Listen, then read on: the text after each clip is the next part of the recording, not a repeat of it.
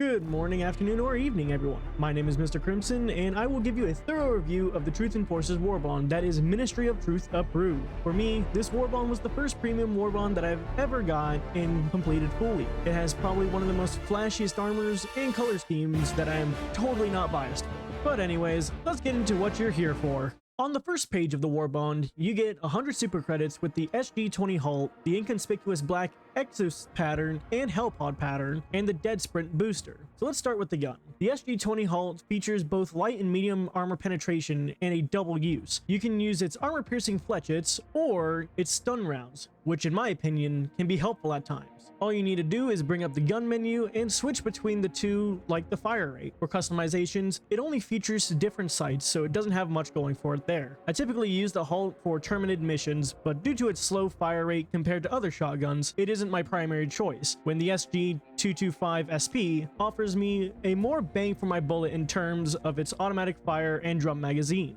Let's talk about the patterns next. The inconspicuous black pattern is my sole pattern for everything. Its sleek black with red accents and skulls make it one of the most sexiest patterns in the game, though that could be my personal bias when it comes to my favorite color scheme. Now let's talk about the Dead Sprint booster. Honestly, it's not the best. While it could be helpful in getting away from your enemy when stamina is out and starts draining your health, I would never bring it on in my missions. Me personally, the experimental infusion booster from the Viper Commandos Warbond is a much better choice if you need to get out of a hairy situation. That booster gives you a boost to your speed and heals you quicker than normal stins. If you don't have that as an option, then go for the stamina enhancement booster from the Helldivers Mobilized Warbond, which will give you more stamina to work with. Creating critical health for a little more runtime is not ideal in the higher level missions when each reinforcement is needed. Now let's get to the second page. The second page features another 100 super credits with the SMG-32 Reprimand, a shuttle pattern, Pride of the Whistleblower card and cape, and the UF-50 Bloodhound armor set. Let's start with the Reprimand. The Reprimand features medium armor penetration with probably the slowest fire rate for its class. It looks sleek with the red and black scheme along with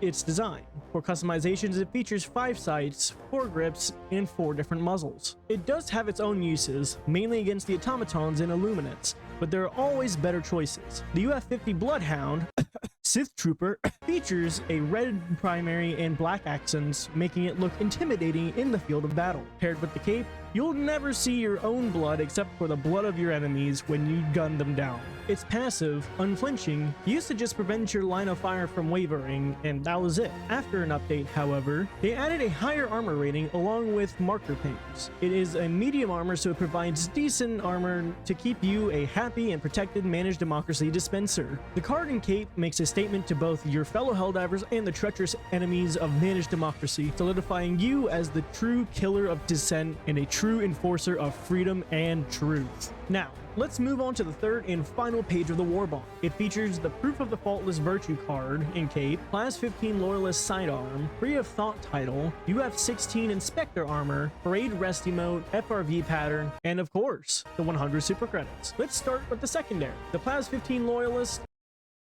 Just no. The Loyalist is the worst sidearm I've ever seen so far, and I've only seen one person use it while playing this game. And I've played this game for almost a full year now. It's medium armored penetrating with a charge up of the plasma fire. It's basically the Plasma Scorcher's little brother that was considered the spare to the air. Don't tell the Ministry of Truth I said that. Anyways, the UF-16 Inspector armor features a primary white with the red accents and visor. In my opinion, it's clean. The white makes it a very imposing presence on the battlefield against the freedom haters. It is a light armored, so it gives you some more breathing room and less cumbersome, so you can be a more effective freedom giver. The Parade Rest emote makes you superior to those who still have morals, so make sure you show those who question their orders your superiority and title as Free of Thought. When you go start that mission, make sure everyone sees that you're Proof of Faultless Virtue and an extension of the managed democracy everywhere you go with the cape. Let's shoot over to the Superstore and browse the extra armor and card. It features the UF-84 Doubt Killer with the Cover of Darkness card and cape. The UF-84 is probably one of the most intimidating armors out there, featuring a primary black with red trims and goggles. If you like Darth Vader, this is your chance to be him against those who go against our way of life. Paired with the cape's black outer and red interior, you will be a force to be reckoned with when fighting the enemies of freedom.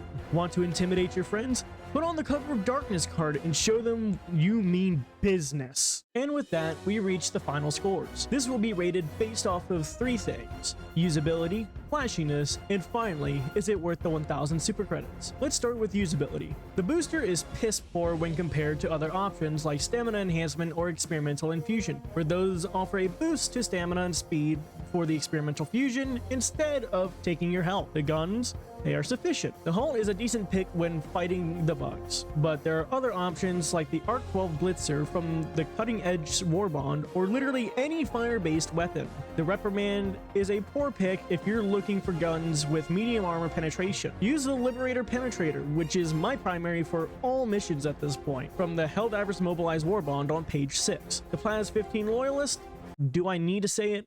Fine. Literally, the stim pistol is more useful than this secondary. Armors, they are better than what they were originally when they launched, but with the buff, they are now viable options again. For usability, I will give it a 5 out of 10. It has its uses, but it won't be my top pick in my arsenal. With a flashiness factor, need I say it anymore? It is a 10 out of 10. Arrowhead absolutely cooked with this. The red and black scheme of the patterns will always be on every vehicle and Hellpod that comes from the Song of Liberty, my destroyer. The armors, they look clean and definitely something I would use if I wanted to send a message to the enemy. The capes are beautiful when matched with their counterpart armors and cards. Overall, the designs are amazing and probably one of my favorites so far. Now, if you should buy it, for the first Warbond, no. There are other Warbonds out there that can give you better weapons, boosters, and armor passives. My recommendation for starters is the Viper Commandos. It offers an S-tier booster that is on par with the Hellpod optimization in helpfulness. If you are looking for flair, then yes, this Warbond is for you. The armors and patterns offer an intimidation factor against your opponent. Now that wraps up the review. Before you click off, please make sure to leave a like and subscribe to the channel so I know I was helpful to you in your decision making, or I will report you to your democracy officer. If you have any questions or bash me about my ratings, feel free to do so in the comments. This review was based off of my personal experience and opinion on it, so your view can be different from mine. Also, join the Discord. It's a great way to stay informed with every upload and updates to the channel, along with chatting with the others. The link is in the description down below, and that's all I have for you. Keep spreading managed democracy for the good of humanity, Helldiver, and I'll catch you in the next one. Good morning, afternoon, or evening, everyone. My name is Mr. Crimson, and I will be giving you a thorough review of the Truth and Forces Warbond. That is Ministry of Truth approved. And I've already fucked this one up. Good morning. Fuck.